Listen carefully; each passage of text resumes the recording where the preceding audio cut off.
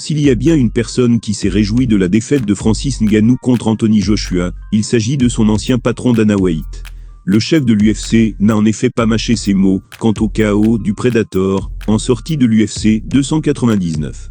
Malheureusement pour Francis Ngannou, sa deuxième défaite en boxe anglaise ne souffrait cette fois-ci d'aucune contestation. Contrairement à Tyson Fury, que les arbitres avaient déclaré vainqueur par décision partagée en octobre dernier, Anthony Joshua est parvenu à mettre le Camerounais KO.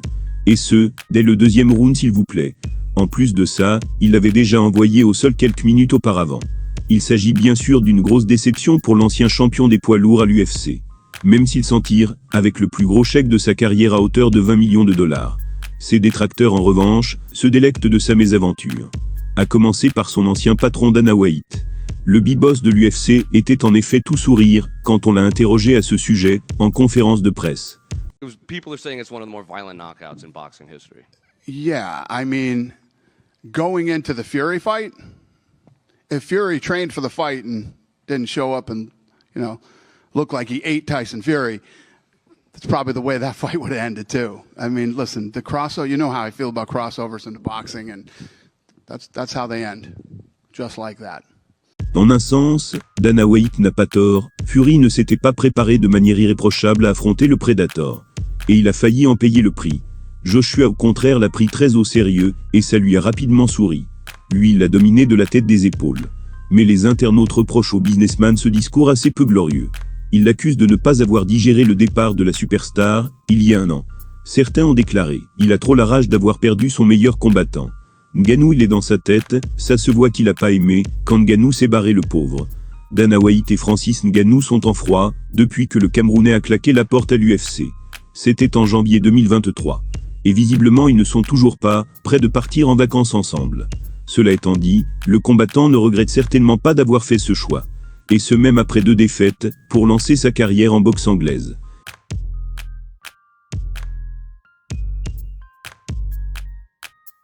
S'il est terrifiant dans la cage, Francis Ngannou a une image de gentil, dans la vie de tous les jours.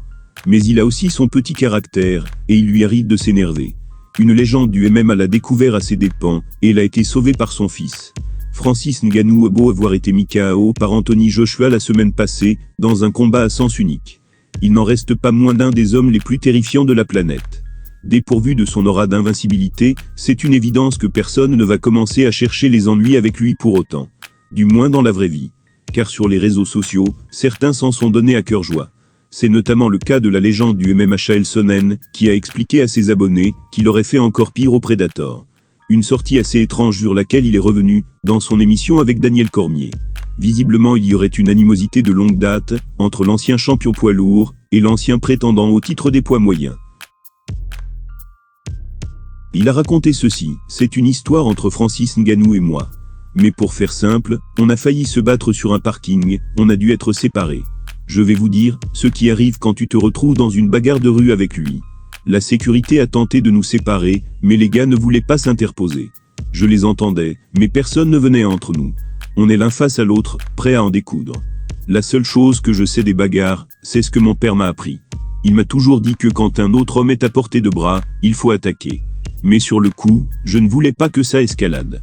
J'ai un ego, mais j'ai tout de suite pensé qu'il allait me casser mes lunettes. La seule chose que j'avais en tête, c'est cette affaire dans les années 90. Quand Mike Tyson a cassé le visage d'un gars à la sortie d'un bar.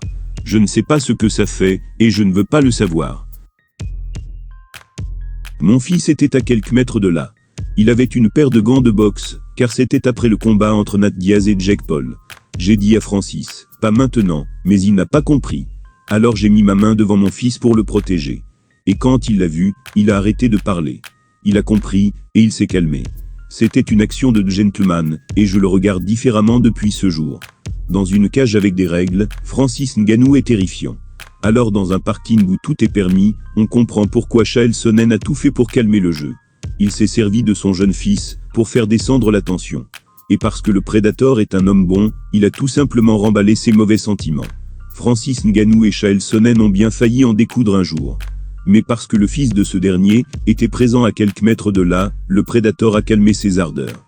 Même en colère, il conserve de belles valeurs.